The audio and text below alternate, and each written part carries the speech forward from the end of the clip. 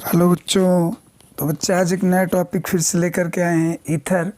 तो आज हम लोग देखेंगे बच्चे ईथर। तो ईथर किसे कहते हैं बच्चे? तो ज़्यादा टाइम न लगा करके हम लोग अपने टॉपिक को स्टार्ट करते हैं। ईथर किसे कहते हैं? तो बच्चे ईथर देखिएगा, जब दो एल्किल समूह के बीच, अब एल्किल समूह क्या होता है? तो बच्चे कार्बन का नंबर होता है। ये जो आर से डिनोट किया गया है ये होता है एल्किल ग्रुप, ठीक है। तो जब दो एल्किल समूह के बीच ओ पाया जाता है तो उसे ईथर कहते हैं, ठीक है। आर का मतलब क्या बताया बच्चे? आर का मतलब होता है कार्बन का नंबर होता है, ठीक है। तो जब दो कार्बन के बीच क्या पाया जाए? ओ पाया जाए तो उसे क्या कहते हैं बच्चे? ईथर कहते हैं, ठीक है। तो इसे क्या कहते हैं बच्चे? ईथर कहते हैं। तो ईथर का प्रिपरेशन कैसे करेंगे थोड़ा सा देखते हैं हम लोग, कैसे मतलब अभी आगे और एक्सप्लेन करते हैं, बट यहाँ पे थोड़ा सा देखते हैं कि ईथर कैसे बनेगा। तो बच्चे आर लेते हैं, आर का मीन्स अभी बताया बच्चे कार्बन का नंबर होता है, एल्किल ग्रुप। जब एल्किल ग्रुप में क्या डाल देंगे? पानी, यानी वाटर के साथ। एल्किल ग्रुप को वाटर के साथ रिएक्ट कराया जाता है तो बच्चे क्या बनता है? ROH बनता है। और यहाँ से क्या हो जाता है? हाइड्रोजन रिमूव हो जाता है, मतलब हाइड्रोजन बाहर की तरफ निकल जाता है तो बनता है एल्किल एल्कोहल बन जाता है बच्चे। क्या बनता है? Alkyl alcohol. अब इस एल्किल एल्कोहल को फिर से एल्किल ग्रुप के साथ रिएक्ट कराया जाता है तो फिर से बच्चे यहाँ से हाइड्रोजन क्या हो जाता है? रिमूव हो जाता है। ये देखिए फिर से हाइड्रोजन रिमूव हो जाता है, फिर फाइनली जा करके हमारा क्या बनता है बच्चे? ईथर बनता है, ठीक है। तो ये एक मेथड ये था कि ईथर का कैसे हम लोग प्रिपरेशन करेंगे। और एक मेथड ये था कि जब एल्किल, मतलब इसको बोलते हैं बच्चे, देखिए ये लिखे ROH, एल्किल एल्कोहल। तो ये भी अपना क्या बनेगा? Alkyl alcohol. जब दो एल्किल एल्कोहल के मालिक्यूल से, एक मालिक्यूल से यहाँ एल्किल एल्कोहल का ROH और एक मालिक्यूल्स यहाँ पे, दोनों मालिक्यूल्स को जब हम लोग क्या किया? आपस में रिएक्ट कराए तो इसमें से बच्चे क्या हो जाता है? वाटर बन करके रिमूव हो जाता है। क्या निकल के बच्चे? ये H हुआ, ये OH, H और OH बन के क्या बन गया? H2O बन करके रिमूव हो गया। तो इस तरह से बच्चे फाइनली जा करके हमारा फिर से क्या बन गया? ईथर बन गया। अभी तो हम लोग आगे क्या करते हैं बच्चे? इसका एक्सप्लेन देखते हैं, बट थोड़ा से अभी हम लोग क्या करते हैं यहाँ से समझते हैं कि ईथर कैसे बना। फिर आगे की तरफ में हम लोग बढ़ते हैं थोड़ा से। तो ये बच्चे नोट्स जो है बार बार करें, वेरी वेरी मोस्ट इंपॉर्टेंट आप लोग के लिए लेके आए बच्चे, वेरी मोस्ट इंपॉर्टेंट नोट्स है। तो इसको बहुत अच्छा समझ के तैयारी करिएगा क्योंकि आपके एग्जाम के लिए बहुत बहुत इंपॉर्टेंट है, ठीक है। अब हम लोग पढ़ते हैं वर्गीकरण यानी क्लासिफिकेशन। तो बच्चे इनका जो क्लासिफिकेशन होता है दो टाइप में होता है। पहला होता है सरल या सममित ईथर और दूसरा का होता है बच्चे मिश्रित या असम्मित ईथर, ठीक है। मिश्रित या असम्मित ईथर। तो पहले हम लोग एक एक एक्सप्लेन करते चलते हैं कि सरल ईथर किसे कहते हैं या सम्मित ईथर। इसको बच्चे सिंपल और सिमेट्रिकल ईथर कहते हैं, सिंपल और सिमेट्रिकल ईथर कहते हैं। तो जब दो समान एल्किल ग्रुप के बीच, दो समान एल्किल ग्रुप के बीच ओ पाया जाए तो उसे क्या कहते हैं? सम्मित ईथर यानी सिंपल ईथर यानी सिमेट्रिकल ईथर कहते हैं। किसके बीच क्या हो गए बच्चे? जब दो एल्किल ग्रुप यानी सेम कार्बन के बीच पाया जाए, दो सेम कार्बन के बीच क्या पाया जाए? ओ पाया जाए तो उसे क्या कहते हैं बच्चे? सरल या सम्मित ईथर कहते हैं। फॉर एग्जांपल समझिए ये CH3O CH3, देखिए यहाँ पर एक कार्बन है और यहाँ पर, तो दोनों में सेम कार्बन के बीच क्या पाया गया है बच्चे? O। जब सेम कार्बन के बीच O पाया जाए तो उसे बोलते हैं सरल या सम्मित ईथर। और यहाँ पर देखिए यहाँ पर C2H5, इसको मेथिल कहते हैं, इसको भी बच्चे मेथिल कहते हैं। इधर से इसको एथिल और इसको एथिल, दो एथिल ग्रुप के बीच क्या पाया जाए? ओ पाया जाए तो बच्चे इसे भी हम लोग क्या कहते हैं? सरल या सम्मित ईथर कहते हैं। इसमें देखिए थर्ड एग्जांपल, इधर CH3 है, C3H7O C3H7। तो बच्चे इधर देखिए सेम कार्बन का नंबर से, इधर भी सेम कार्बन का नंबर, इधर सेम हाइड्रोजन, यानी दोनों तरफ से क्या पाए गए हैं? सेम कार्बन या हाइड्रोजन से नंबर पाए गए, जिसको हम लोग एल्किल ग्रुप कहते हैं। तो इसीलिए हम लोग इसको क्या बोलते हैं बच्चे? सरल या सम्मित ईथर कहते हैं, ठीक है। आई समझ में बात? आगे बढ़ते हैं मिश्रित या असम्मित ईथर की तरफ बच्चे। मिश्रित या असम्मित ईथर, जिसको हम लोग मिश्रित या मिक्स्ड और असिमेट्रिकल ईथर कहते हैं, इसको सिमेट्रिकल ईथर कहते हैं। जब दो असमान, अब यहाँ पे क्या कह रहा है बच्चे? ये शब्द समझिएगा, जब दो असमान एल्किल ग्रुप के बीच, जब दो असमान एल्किल ग्रुप के बीच ओ पाया जाता है तो उसे असम्मित ईथर यानी मिश्रित ईथर कहते हैं। असम्मित ईथर यानी मिश्रित ईथर। इसमें बच्चे दोनों एल्किल ग्रुप, देखिए एक ROR कॉमा लगा दिए ताकि इससे पता चले कि बच्चे डिफरेंट एल्किल ग्रुप, मतलब एल्किल ग्रुप जुड़ा हुआ है, ठीक है। फॉर एग्जांपल के तौर पे समझते हैं बच्चे, ये देखिए यहाँ पे CH3 है और यहाँ पर C2H5, तो इधर एक कार्बन इधर दो कार्बन, तो इधर दोनों कार्बन क्या है, इधर डिफरेंट हो गए कि नहीं। तो जिधर डिफरेंट कार्बन पाया जाए, असम्मित समान ना हो, तो उसे हम लोग क्या बोलते हैं बच्चे, उसको कहते हैं कि मिश्रित या असम्मित ईथर। इधर देखिए C2H5 और C3H7, इधर भी दो कार्बन इधर 3 कार्बन, असम्मित हो गया, तो इसको भी बोलते हैं हम लोग मिश्रित या असम्मित। देखिए C3H4, तो दोनों क्या है, असमान है, असमान होने के कारण इसको हम लोग क्या बोलते हैं बच्चे, असममित ईथर कहते हैं, ठीक है। आगे बढ़ते हैं, अब हम लोग बढ़ते चलते अगला पॉइंट की तरफ। अगला पॉइंट हमारा नामकरण, ठीक है। तो जैसे हम लोग इनका क्लासिफिकेशन पढ़े, 2 टाइप से, एक मतलब सरल होता है, एक मिश्रित होता है, उसी तरह इनका हम लोग नामकरण भी करेंगे। और पहला नामकरण हम लोग बच्चे, किसी का भी नामकरण बच्चे 2 टाइप में होता है, एक साधारण नाम होता है और एक IUPAC नाम होता है। तो पहले हम लोग बच्चे किसकी तरफ चलते हैं, साधारण नॉमेनक्लेचर की तरफ चलते हैं, यानी कॉमन नॉमेनक्लेचर पढ़ते हैं हम लोग। क्या होता है कि नॉमेनक्लेचर, तो साधारण नामकरण, इनका साधारण नामकरण 2 प्रकार से होता है। पहले वही सरल या सम्मित। जब सरल ईथर का नामकरण किया जाता है तो बच्चे एक पॉइंट नाम की क्या करते हैं, पॉइंट को क्या ध्यान देंगे कि इनका नामकरण डाई एल्किल ईथर के रूप में किया जाता है। किसके रूप में किया जाएगा बच्चे, डाई एल्किल ईथर, ये शब्द याद करना, डाई एल्किल ईथर के रूप में किया जाता है। अब देखिए फॉर एग्जाम्पल आगे देखिएगा कि कैसे हम लोग डाई एल्किल ईथर के रूप में यूज करते हैं, ठीक है। चलिए ये देखिए एग्जाम्पल्स आपके सामने आ गए हैं। तो ये देखिए बच्चे, डाई एल्किल ईथर शब्द ही आए पीछे, क्या डाई एल्किल ईथर, बार बार याद कर लो कॉमन नेम के लिए। ये कार्बन, एक कार्बन इधर, एक कार्बन इधर, दोनों में देखिए सेम कार्बन, क्योंकि हम लोग सम्मित के लिए पढ़ रहे हैं बच्चे, सम्मित यानी सरल के लिए पढ़ रहे हैं। तो डाई क्यों बोलेंगे, क्योंकि वो शब्द आगे लगा है, तो दोनों में सेम पाए जाने के कारण बच्चे इसको हम लोग बोलेंगे क्या, डाई। एक कार्बन इधर है बच्चे, एक कार्बन इधर है, इसीलिए दोनों को मिलाने तो हम लोग बोले डाई। एक कार्बन इसीलिए बच्चे बोलते हैं मेथ, और ये पूरे CH3 को क्या कहते हैं, मेथिल, पूरे CH3 को मेथिल, दोनों तरफ मेथिल लगा, इसलिए डाई मेथिल। अब बीच में क्या पाएगा बच्चे, ओ पाया गया, इसलिए इसको हम लोग क्या बोलते हैं, तो इसलिए बोलते बच्चे हम लोग डाई मेथिल ईथर। अब इधर देखिए, इधर भी सेम है और इधर भी सेम है बच्चे, तो दोनों सेम होने के कारण हम लोग क्या बोलेंगे, अभी साधारण आगे लिखा है बच्चे साधारण नाम में डाई, और CH3 C2H5 को क्या कहते हैं, एथिल, अब बीच में क्या लगा, ईथर, डाई एथिल ईथर हो गया। ये क्या हो गया बच्चे, डाई एथिल ईथर। इसी तरह इधर देखिए C3 है, ये 7O है, तो इसको बोलते हैं डाई प्रोपिल ईथर। क्या कहते हैं बच्चे, डाई प्रोपिल ईथर कहते हैं। इधर C4H9O C4H9, इसको बोलते हैं डाई ब्यूटिल ईथर। क्या कहते हैं बच्चे, डाई ब्यूटिल ईथर कहते हैं, क्योंकि बच्चे सेम हम लोग वही शब्द बना रहे हैं जो आगे बताए हैं। इधर क्या लगा, C6H5 और C6H5, तो दोनों तरफ सेम लगा, डाई फेनिल। C6H5 को क्या बोला जाता है बच्चे, फेनिल कहते हैं, diphenyl ether, diphenyl ether. अब आगे की तरफ बढ़ते हैं हम लोग, ठीक है। अब मिश्रित के लिए देखते हैं कि मिश्रित के लिए कैसे करेंगे। तो मिश्रित या असम्मित ईथर, इनके नामकरण में पहले कम कार्बन तथा उससे अधिक कार्बन का नाम लिखा जाता है। सबसे पहले बच्चे इसमें क्या करेंगे, जिधर कम कार्बन आएगा पहले उस कार्बन का नाम लिखेंगे, फिर उसके बाद उससे अधिक वाले कार्बन का नाम लिखा जाता है। इधर तो देखिए जैसे इधर एक कार्बन है, इधर 2 कार्बन है, तो पहले हम लोग किसका नाम लिखेंगे बच्चे, एक कार्बन वाले। एक कार्बन को क्या कहते हैं, मेथिल, अब फिर 2 कार्बन को एथिल, अब बीच में क्या लगा, ईथर, फिर वही इसको 2 कार्बन है तो एथिल, 3 कार्बन है तो प्रोपिल, एथिल प्रोपिल ईथर। इधर देखिए C3H7O, ये 4 है, तो C3 को क्या कहते हैं, प्रोपिल, यहाँ 4 है तो ब्यूटिल, अब बीच में क्या लगा, ईथर।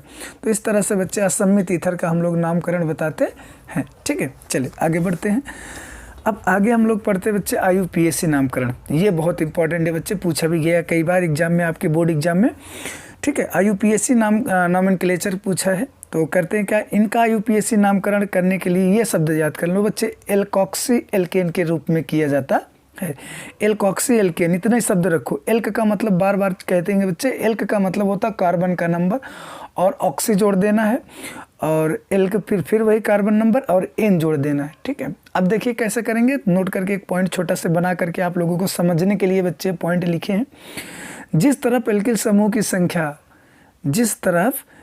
समूह की संख्या कम होती है उसी तरफ ऑक्सी जोड़ दिया जाता है बच्चे। फिर से समझिए, जिस तरफ एल्किल ग्रुप की संख्या कम होती है उसी तरफ ऑक्सी जोड़ दिया जाता है। ठीक है, देखिए इधर बच्चे दोनों तरफ सेम सेम है, तो हम लोग किसी भी एक तरफ क्या करेंगे, मेथ लिख करके, क्योंकि एक कार्बन है मेथ होता है, उसमें ऑक्सी जोड़ करके, फिर एक कार्बन है तो मेथ, और क्या लिखना है बच्चे यहाँ पे एन लगा देना है। तो क्या लगा दिया यहाँ पे एन, तो मेथॉक्सी मेथेन हो गया। इसी तरह इधर देखिए C2H5 हो C2H5, इसको क्या कहते हैं एथ और ऑक्सी, और फिर लगा देंगे एथ एन। इस तरह से हम लोग ये साधारण के लिए निकाले हैं और ये सम्मित के लिए यानी मिश्रित के लिए निकाले हैं। तो क्या निकाले हैं CH3, देखिए CH3O C2H5, तो इसको क्या बोलते हैं मेथ, और जिधर कम अभी लिखो ना, जिस तरफ एल्किल संख्या कम होती है उधर तरफ ऑक्सी जोड़ दिया, इधर एक कार्बन इधर दो कार्बन इधर एक कार्बन, इसी में ऑक्सी जोड़ दिए क्योंकि मेथ होता है, और पूरे अगले वाले के 2 कार्बन है तो इथेन पूरा। इधर देखिए C2H5, तो यहाँ पे क्या है 2 कार्बन है तो एथ, इधर 3 कार्बन है तो प्रोप, इधर 2 कार्बन है इसलिए इसमें ऑक्सी जोड़ दिया, और इधर 3 कार्बन है इसलिए इसमें क्या जोड़ दिया, तो पूरा होता है बच्चे प्रोपेन हो गया। तो इस तरह से इनका बच्चे क्या होता है IUPAC नॉमेनक्लेचर होता है। ठीक है, चलिए अब हम लोग आगे की तरफ चलते हैं बच्चे, बनाने की तरफ चलते हैं कि हम लोग कैसे ईथर का प्रिपरेशन करते हैं। ठीक है, अब हम लोग ईथर बनाने की विधि समझ लेते हैं, और इसी से विधि भी समझेंगे बच्चे, और इनके गुण भी समझेंगे कि भौतिक गुण क्या होता है, रासायनिक गुण क्या होता है। ठीक है, और कैसे क्या होता है, सबके बारे में पढ़ते हैं। चलिए तो पहले हम लोग ईथर बनाने की विधि पढ़ते हैं। तो सबसे पहले ईथर के निर्जलीकरण, ये शब्द देख रहे हो बच्चे, निर्जलीकरण कहते हैं। निर्जलीकरण का मतलब होता है पानी का निकलना। ये शब्द देखिए, जब भी जहाँ भी शब्द आ जाए निर्जलीकरण, वहाँ पे समझ लेना बच्चे क्या हो रहा है, पे रिमूवल ऑफ वाटर होता है, पानी का निकलना होता है। तो इसमें हम लोग एल्कोहल में से पानी निकालेंगे। तो देखिए RCOOH, इसको बोलते हैं एल्किल एल्कोहल। बच्चे 2 मॉलिक्यूल्स एल्कोहल लिए, उसको हम लोग H2SO4 के उपस्थिति में 140 डिग्री सेल्सियस पर गर्म कर दिए। ठीक है, एल्कोहल लिए H2SO4 की उपस्थिति में 140 डिग्री सेल्सियस पे गर्म कर दिए, और जैसे ही गर्म करेंगे बच्चे उसमें से क्या हो, निर्जलीकरण शब्द याद रख लो बच्चे, इसका मतलब होता है वाटर का निकलना। और यहाँ से क्या निकल गया बच्चे, पानी बाहर निकल गया। यहाँ से क्या निकल गया, पानी अपना बाहर निकल गया, बचा क्या, ईथर। तो क्या बचा बच्चे, ईथर बचा। ठीक है, ये पहली विधि थी जिससे हम लोग बहुत आसानी से समझे बच्चे, हमें यकीन है कि आप लोग बहुत अच्छे से समझ गए होंगे। अब सेकंड विधि जो वेरी वेरी मोस्ट इंपॉर्टेंट है बच्चे, कई बार एग्जाम में भी आ भी चुका है, कि विलियमसन संश्लेषण विधि, जिसको हम लोग विलियमसन संश्लेषण विधि कहते हैं। इसमें धातु एल्का ऑक्साइड लिया जाता है। विलियमसन ने बच्चे अपने रिएक्शन में क्या लिया था, धातु एल्का ऑक्साइड लिया था। ठीक है, तो ये धातु एल्कासाइड क्या होता है, जिसको RONA कहा जाता है। तो इन्होंने क्या किया था, एल्किल हाइलाइड लिया, RX लिया, एल्किल हाइलाइड को सोडियम एल्का ऑक्साइड के साथ रिएक्शन करा दिया, और जैसे ही रिएक्शन कराया तो बच्चे ये Na किसके साथ, ये X के साथ रिएक्ट करके NaX बाहर निकल गया, फिर बचा क्या ROR, ये बन गया ईथर। इस तरह से विलियमसन सिंथेसिस ने बनाया था। बहुत आसान है बच्चे, बहुत आसान है, आपको बस ऐसे रिएक्शन ही लिखना है, ज़्यादा लैंग्वेज वैंग्वेज के चक्कर में ना पड़िए बच्चे। ठीक है, ये 2 विधि थी, हम लोग ईथर बनाने की विधि बना लिए। अब हम लोग आगे की तरफ चलते हैं बच्चे, अब आगे की तरफ चलते हैं भौतिक गुण में। तो इनका भौतिक गुण क्या होती है, ईथर की कैसे कैसे हम लोग भौतिक गुण में पहचान करेंगे। तो सबसे पहले यह एक रंगहीन तीक्ष्ण स्वाद, मतलब अजीब से इसमें रंगहीन कोई कलर में नहीं रहता, तीक्ष्ण स्वाद होता मतलब अजीब से इसमें स्वाद होता है। ज्वलनशील एवं विशेष गंध युक्त होती, मतलब ज्वलनशील होती है। ठीक है, ज्वलनशील होती, थोड़ा सा हमें ठंडा सा लगता है, हल्का सा जलन से लगती है ऐसे, एवं विशेष गंध युक्त, और इसमें एक बहुत विशेष गंध होती है। ठीक है, आगे यह अत्यधिक ज्वलनशील द्रव है, कह रहा है कि यह अत्यधिक ज्वलनशील है, ये भी आगे लिख भी चुके थे बच्चे। आगे यह जल में अल्प विलेय किंतु एल्कोहल एवं क्लोरोफॉर्म में पूर्ण विलेय है, मतलब ये पानी में कम मिलता है। ठीक है, बहुत कम मिलता है, किंतु एल्कोहल और क्लोरोफॉर्म में ये पूर्णतः विलेय हो जाता है। ठीक है, इस तरह से बच्चे हम लोग इनका क्या पढ़े, भौतिक गुण पढ़े। आगे चलते हम लोग रासायनिक गुण की तरफ। ठीक है, तो रासायनिक गुण क्या होता है, तो पहला जल अपघटन से। तो बच्चे जब जल अपघटन शब्द जहाँ आ जाए, ध्यान देना, जब जल अपघटन शब्द जहाँ पर आ जाए तो इसका मतलब समझ लेना इसमें से पानी ऐड कराया जाता है। ठीक है, तो ये ले लिए भैया डाई एथिल ईथर लिए, डाई एथिल ईथर को हम लोग क्या कर दिए, एल्कोहल यानी पानी के साथ तनु H2SO4 की उपस्थिति में, किसके बच्चे, तनु H2SO4 की उपस्थिति में क्रिया कराए तो क्या बन गया, एथिल एल्कोहल बन गया। क्या बन गया, एथिल एल्कोहल। कुछ नहीं, सिंपल सा है, क्योंकि ये दर 2 मॉलिक्यूल्स है, ये भी वाटर अपना जा करके इससे ऑक्सीजन से बाइंड करके एथिल एल्कोहल बना लिया। सिंपल सा है बच्चे, ठीक है। ये पहला था। सेकंड मेथड समझिए, सांद H2SO4 के साथ क्या कराना है बच्चे, रिएक्शन कराना है। तो जब सांद H2SO4 यानी सल्फ्यूरिक अम्ल के साथ अब क्रिया कराएंगे तो देखिए फिर वही डाई एथिल ईथर लिए और उसको किसके, सांद H2SO4 के साथ अब क्रिया करा दिए। किसके साथ बच्चे, सांद H2SO4 के साथ अब क्रिया करा दिए, ठीक है। तो जैसे अब क्रिया कराए तो बच्चे क्या बना, C2H5HSO4, इसको एथिल हाइड्रोजन सल्फेट कहते हैं, और फिर एथिल एल्कोहल बना। तो हमें इस चीज़ से बच्चे मेन पॉइंट अपना ये अंत करना है कि एथिल एल्कोहल बन गया, ठीक है, C2H5। चलिए तो आगे की तरफ देखते हैं अगला मेथड क्या है बच्चे। फटाक से हम लोग फटाफट देख लेते हैं, थोड़ा से फास्ट चलते हैं क्योंकि बच्चे टाइम कम होने से देखना पड़ रहा है। और आप लोग इसको बार बार करें, इंपॉर्टेंट है, बहुत इंपॉर्टेंट है बच्चे। अब ऐसे ऐसे डेली आपको ऐसे एक छोटी सी वीडियो लाते रहेंगे जिससे आपके लिए बहुत इंपॉर्टेंट होगा बच्चे। समझ लीजिए पूरा ईथर एक ही क्लास में ख़त्म, और इतना पढ़ लीजिए बच्चे, 80+ नंबर आएगा। आप कोशिश कर लीजिएगा। हाइड्रॉक्सी और हाइड्रोक्साइड और हाइड्रोब्रोमाइड अम्ल से क्रिया, तो बच्चे पहले ठंडे में कराएंगे। तो डाई एथिल ईथर लिया और HI ठंडे में करा रहे हैं, तो बच्चे जब ठंडे में कराते हैं तो एथिल एल्कोहल और एथिल आयोडाइड बनता है, C2H5OH प्लस C2H5I, ये बनता है ठंडे में, ठीक है। और जब हम इसे क्या करेंगे, थोड़ा सा गर्म कर देंगे, तो वही हाइड्रोजन आयोडाइड है, तो गर्म करेंगे तो बच्चे गर्म करने से यहाँ पानी निकल जाता है, ठीक है। यहाँ से क्या निकला था, यहाँ पे देखिए एल्कोहल बन गया था और आयोडाइड तो बन गया, बट यहाँ पे एल्कोहल की जगह पे इसमें क्या हो जाता है, जब हम गर्म करते हैं तो बच्चे वहाँ से क्या निकल जाता है, पानी निकलता है, ठीक है। समझते हैं, चलिए आगे चलते हैं बच्चे। आगे हम कराते हैं बच्चे PCl5 से रिएक्शन। किससे कराते हैं, PCl5 से।